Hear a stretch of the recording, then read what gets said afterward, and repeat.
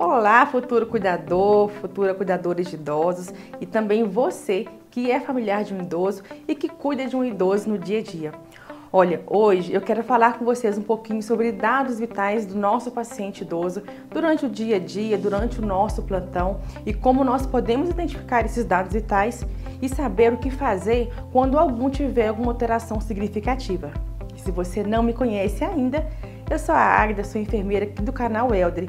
Fica comigo aqui até o final desse vídeo para você saber tudo sobre dados vitais do paciente idoso. Mas afinal de contas, por que é tão importante saber sobre sinais vitais? Os sinais vitais são sinais básicos que demonstram, o funcionamento adequado do nosso corpo humano. E nós, como profissionais, você como futuro cuidador e você que já é cuidador de idosos, familiar, precisa entender na prática, no dia a dia, como que isso é importante para saber identificar uma situação de emergência desse idoso, para evitar que esse idoso ele chegue a uma situação de emergência e saber reverter o quanto antes essa situação. Talvez, em algum momento, a gente tenha que encaminhar esse idoso para um atendimento externo. E aí, gente, em casa, talvez vocês como profissionais de saúde, talvez vão ser a única pessoa que vai ter conhecimento específico para saber sobre isso. Então, quem acompanha o idoso no dia a dia vai conhecer as suas particularidades, conhecer de fato tudo que pode estar alterado nesse idoso. Mas, junto com esse conhecimento, a gente tem que saber também como identificar esses sinais básicos do nosso paciente durante o nosso plantão. Bom, agora eu vou falar um pouquinho para vocês quais são esses sinais vitais e como que a gente pode identificá-los no dia a dia. O primeiro que eu vou trazer para vocês aqui é a frequência cardíaca. A frequência cardíaca nada mais é do que quantas vezes o nosso coração bateu durante um minuto. E é muito simples e muito fácil de ser verificado no dia a dia. Essa frequência cardíaca, gente, ela precisa estar dentro de um parâmetro de referência. Então, todas as vezes que a gente identificar essa frequência cardíaca fora desse valor de referência, a gente entende que tem uma normalidade que chama atenção. E no caso do paciente adulto, paciente idoso, essa referência está entre 60 a 100 batimentos por minuto. Ou seja, o coração do nosso idoso, do nosso paciente, precisa bater durante um minuto de 60 a 100 vezes. E a gente precisa pensar um pouquinho de como que está a dinâmica desse idoso durante essa aferição desse dado vital. Por isso que é importante, na medida do possível, a gente deixar esse idoso um pouquinho mais tranquilo, se possível deitado ou sentado um pouco mais em repouso, para que a gente consiga ter um valor de referência ali mais eficaz e a gente consiga pensar se realmente existe alguma alteração. Pensa comigo aqui, se a gente tem uma pessoa extremamente agitada, pensa quando você está fazendo uma corrida, uma caminhada e você vai verificar o seu batimento cardíaco, a tendência é que esse batimento ele fica muito acelerado. Ou seja, o seu coração está bombeando mais sangue, então esse batimento ele fica mais acelerado durante um minuto. Ou seja, durante uma situação como essa, é bem capaz de encontrarmos um batimento cardíaco bem acima de 100 durante um minuto. Ao contrário, também é muito real. Quando a gente pega um paciente extremamente em repouso, está deitado, que não tenha muita mobilidade, é muito comum a gente identificar isso em idosos que é muito acamado. Então a tendência é que esse batimento ele fica um pouquinho mais baixo. Mas é importante a gente entender que existe um valor de referência que a gente precisa considerar. E para verificar então essa frequência cardíaca, existe uma forma manual, que é muito fácil de ser identificada, que é quando a gente vai sentir a pulsação desse idoso no pulso radial. A gente vai pegar como referência o dedo polegar, vai sentir, com o nosso indicador e médio, o pulso desse paciente. E a gente vai então ter uma palpação em cima desse pulso. E quando a gente começar a sentir que esse pulso a gente conseguir ter a percepção desse pulso, a gente vai contar quantas vezes a gente conseguiu sentir essa pulsação dentro de um minuto. E como que a gente vai saber que é um minuto, A gente pode utilizar um relógio, então a gente vai estar com um reloginho no braço, sentindo essa pulsação, ou se tiver um relógio perto, na parede, ou algum lugar que você consiga identificar esse 1 minuto. A gente pode utilizar também um celular, a gente pode colocar aqui um cronômetro, vou colocar para vocês verem aqui. A gente coloca durante 1 minuto, por exemplo, se o idoso está deitado, sentado, a gente pode colocar no cantinho. A gente vai sentir o pulso do nosso idoso e ficar olhando também esse cronômetro. Então, dentro de 1 minuto, o valor que a gente encontrar vai ser a frequência cardíaca desse idoso. Então lembre-se sempre, para verificar a frequência cardíaca de qualquer pessoa, a gente precisa sentir a pulsação em cima de um ponto arterial. E falando em ponto arterial, o nosso corpo existe vários pontos que podem ser identificados. A gente poderia encontrar esse pulso na artéria inguinal, que fica aqui na região femoral. A gente poderia identificar também no pé, que é o chamado pulso pedioso. Mas os mais comuns são esses que a gente encontra aqui na região do braço, que é o pulso radial. E a gente poderia encontrar também esse pulso na região carotídea. Vem aqui comigo, a gente tem aqui a nossa traqueia. Então a nossa traqueia é um tubo que facilita e faz com que o nosso oxigênio ele entre no nosso organismo. Então é a entrada da nossa via aérea superior. Então quando a gente coloca a nossa mão aqui no nosso pescoço bem centralizado, a gente consegue perceber que a gente está em cima da nossa traqueia, onde tem essa entrada de ar. Se a gente desliza o nosso dedo, sempre o dedo indicador e médio, a gente nunca pode sentir o pulso de qualquer paciente com o nosso pulso, o nosso dedo polegar. Isso pode fazer uma confusão e a gente sentir o nosso próprio pulso.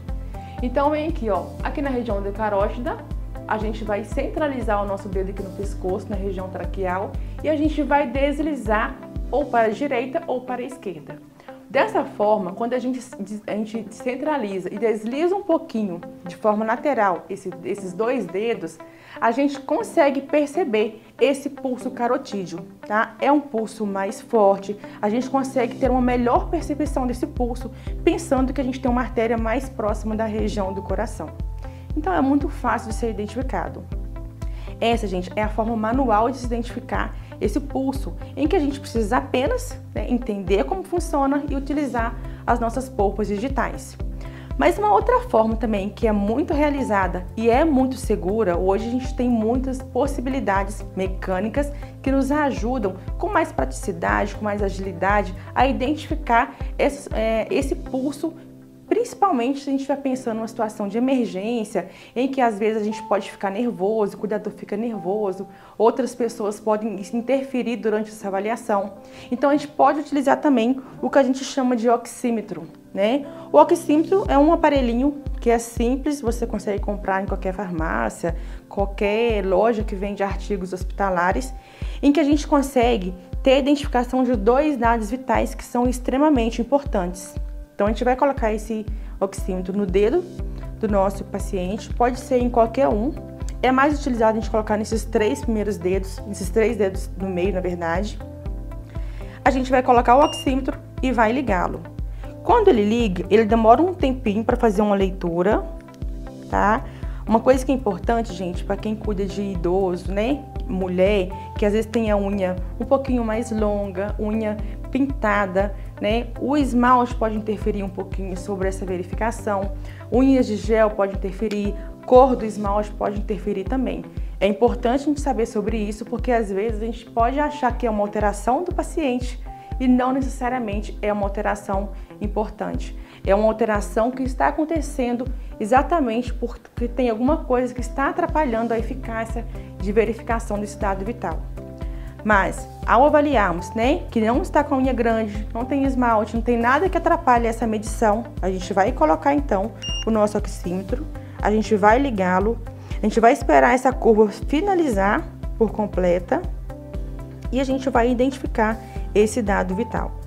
Aqui a gente vai identificar a frequência cardíaca, ou seja, quantas vezes o nosso coração, o coração do nosso paciente, ele bateu durante 1 minuto, e vai identificar também a saturação de oxigênio, que eu vou explicar daqui a pouquinho para vocês o que significa. Então, olha para vocês verem nesse vídeo.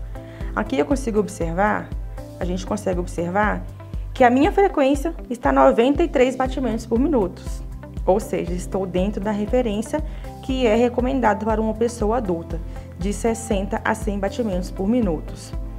É muito importante, gente, durante uma situação como essa, a gente perceber que às vezes a medição não está sendo realizada, ou a gente ainda está na dúvida.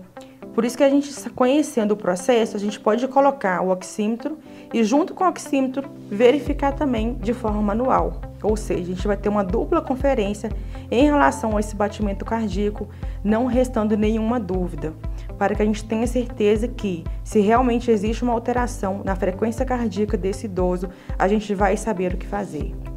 E aí, pensando nessa alteração, o que a gente precisa pensar? Se a gente tem uma frequência que é bem abaixo desse valor de referência, ou seja, abaixo de 60, será que esse idoso está em extremamente repouso? O que será que pode estar acontecendo que ele está com essa frequência abaixo do normal, que é o que a gente chama de bradicardia? Essa é uma alteração que precisa ser avaliada e precisa ser entendida o contexto dessa bradicardia. Será que esse idoso está no momento em que ele está tendo uma virose, teve um quadro de desidratação, teve uma diarreia? Aconteceu alguma coisa especialmente naquele momento que fez ele ter essa bradicardia? Será que ele está em uso de medicamento?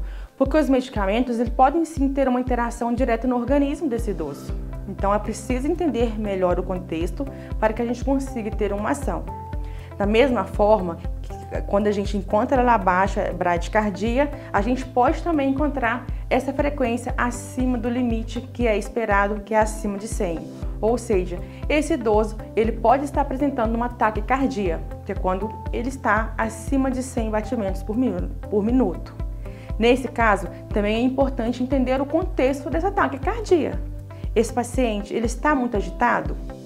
Ele estava fazendo alguma atividade que levou ele a ter essa taquicardia de forma específica? Será que esse idoso ele está apresentando um quadro febril? É muito comum, durante um período em que a gente observa esse paciente com quadro febril, a gente perceber um aumento dessa frequência cardíaca. Então, se atentem a todas essas situações. Identificou uma alteração na frequência cardíaca do idoso, entenda primeiro o contexto que está acontecendo naquele momento. Se for necessário, corta a unha do idoso, retira o esmalte, verifica de forma manual.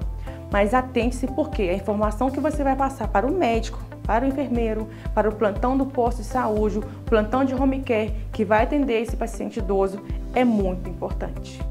Um detalhe que é importante, que a gente não pode esquecer, é que o idoso costuma ter a mão um pouquinho mais fria. Então, às vezes, a gente utiliza o oxímetro, a gente coloca, a gente não consegue identificar uma leitura. E a gente às vezes fica tentando entender por que não conseguimos identificar a leitura dessa frequência com o oxímetro.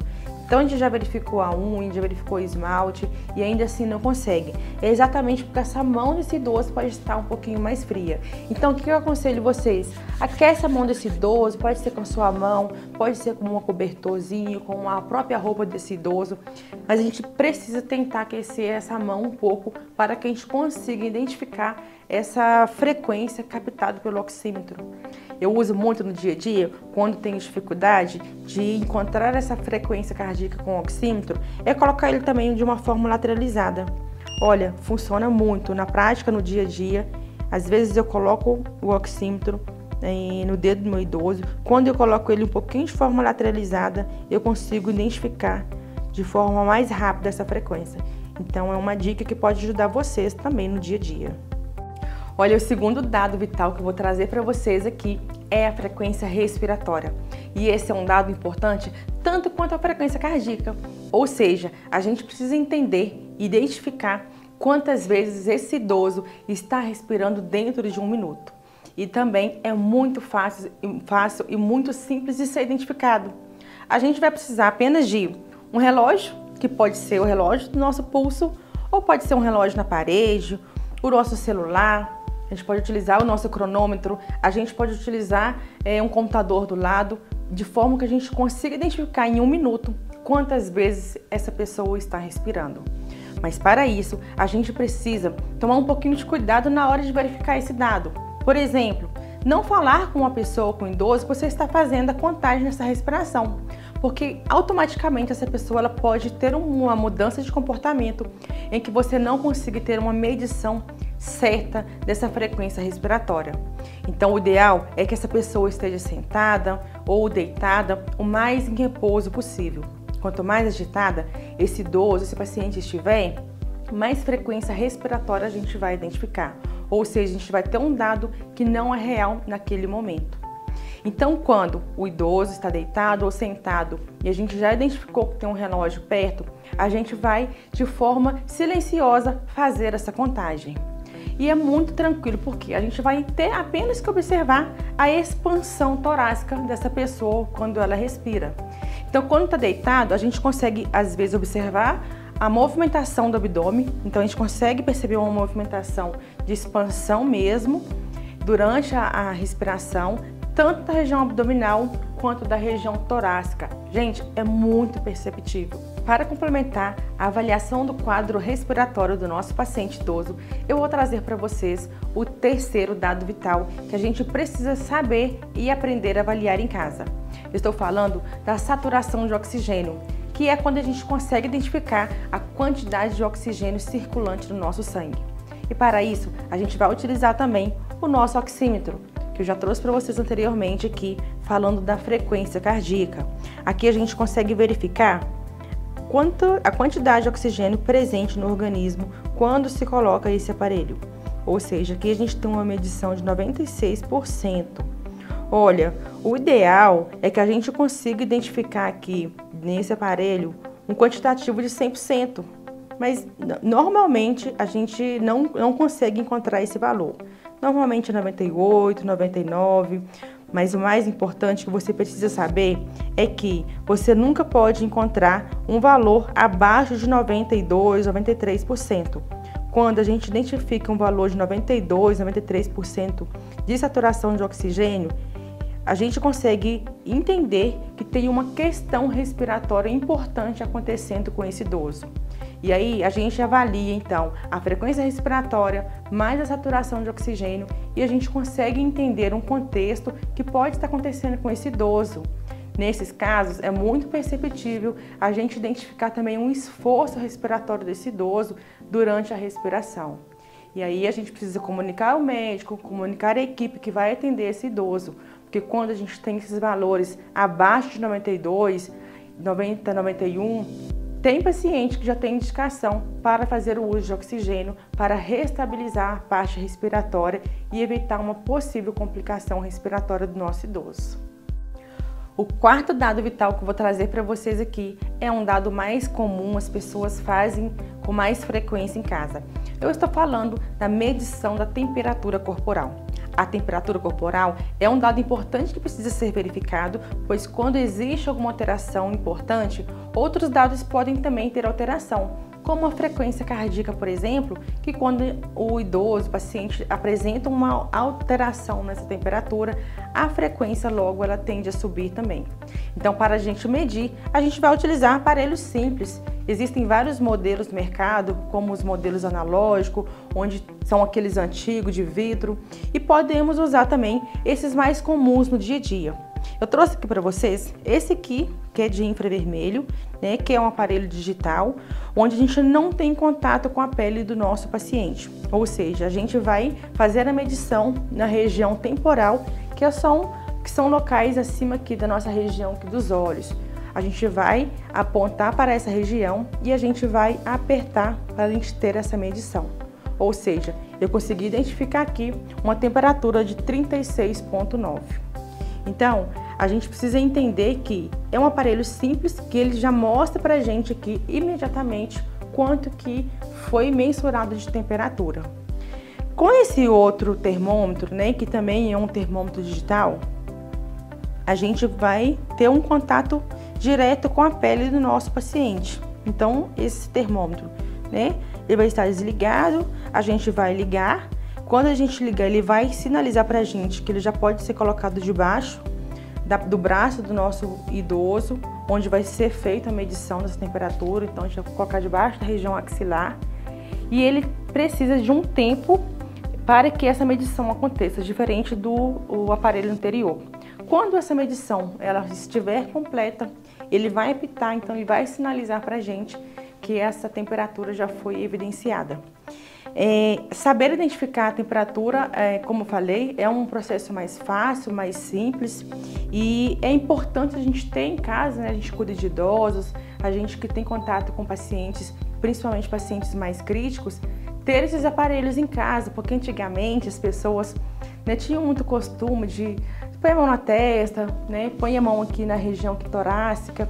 A gente consegue ter uma percepção se essa pele está um pouco mais fria, está um pouquinho mais quente, mas para que tenha uma certeza, é importante a gente ter um aparelho em mãos, para a gente ter uma medição eficaz, com o número certo, para que a gente possa ter uma conduta dentro do que a gente encontrar. Mas, Águida, qual que seria a temperatura ideal que deve ser encontrada no assistido?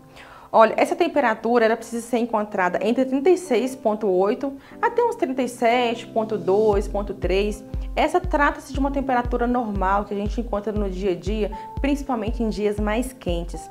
Quando a gente tem uma temperatura acima de 37,5, a gente já começa a ter uma observância um pouco melhor em relação a essa temperatura.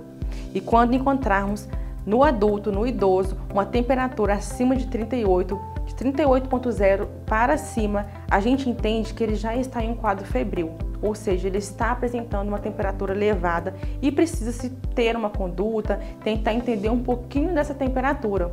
É muito comum que idosos, quando tem algum tipo de infecção urinária, infecção respiratória, algum quadro infeccioso acontecendo nesse organismo, o primeiro sinal que pode acontecer é a febre. Olha, o quinto dado vital importante que você é cuidador, você que é familiar de um idoso e você que quer aprender a trabalhar com idosos, você também precisa saber sobre como medir a pressão arterial do seu assistido, do seu paciente em casa. A gente tem um vídeo muito completinho aqui no canal, onde tem tudo sobre como medir a pressão arterial desse idoso, todas as particularidades. Então eu te convido a entrar no nosso canal e assistir depois esse vídeo. E aí, tá gostando do vídeo até aqui? Então eu quero te fazer um pedido. Já clica aqui, dá like nesse vídeo e se inscreva no nosso canal para você receber novos vídeos como esse e para que mais pessoas também recebam esse material. E dando sequência ao nosso vídeo, eu quero trazer mais um dado vital que é importante ser verificado no domicílio. Eu estou falando da glicemia capilar. Isso mesmo, a glicemia capilar nada mais do que a verificação de açúcares no sangue desse idoso. Olha, eu vou te fazer um novo convite. Tem um vídeo completinho no nosso canal, onde você vai conseguir entender tudo sobre glicemia capilar, entender as particularidades, os valores de referências. Então não deixe de entrar para você assistir também esse vídeo e saber tudo sobre a glicemia do idoso que você assiste em casa. E olha, agora eu vou falar do último dado vital, não menos importante, mas é o último que eu vou trazer para vocês aqui. Eu estou falando da avaliação de dor do idoso. Esse é um dado que nos últimos anos teve alguns estudos trazendo um pouquinho sobre esse dado e a importância de saber identificar, que é um dado simples em que a gente não precisa de nenhum aparelho, não precisa de nenhum instrumento que vai fazer essa medição. O que vai fazer a diferença vai ser o nosso olhar crítico. A gente precisa avaliar a escala de dor desse idoso. E como que a gente faz isso, Águida? Simplesmente observando esse idoso. A gente vai verificar a sua face de dor, fazendo algumas perguntas como se ele sente dor, se ele sente algum desconforto. E durante a nossa pergunta, a gente vai ter um olhar crítico e sempre observar para que a gente consiga aplicar a escala de dor. Bom, como eu disse, essa aqui é a escala de dor e a gente vai avaliar conforme as respostas e conforme a gente for identificando as faces de dor do idoso. Ela tem uma graduação de 0 a 10, onde a gente pergunta, né, se está com dor, a gente observa, a gente consegue ver aqui, ó, numa escala 0, a gente consegue ver sem dor. No 2, a gente consegue ver uma dor leve. Então, à medida que a face desse paciente, desse idoso, ele vai modificando, conforme a gente faz a pergunta, a gente consegue perceber se está tendo uma dor leve, moderada, uma dor intensa, se tem uma dor muito forte. Isso aqui, gente, não tem como forçar. Quando alguém pergunta se a gente está sentindo dor, se a gente realmente estiver sentindo dor, a primeira resposta, a primeira percepção do nosso rosto é entrega essa escala. Então a gente precisa conhecer um pouquinho para que a gente consiga ter também em mãos esse dado vital para passar para a equipe multidisciplinar. Olha, o nosso vídeo está chegando ao fim Então, se você gostou, continue nos seguindo, nos acompanhando para receber mais vídeos como esse. E a gente se vê em um próximo vídeo.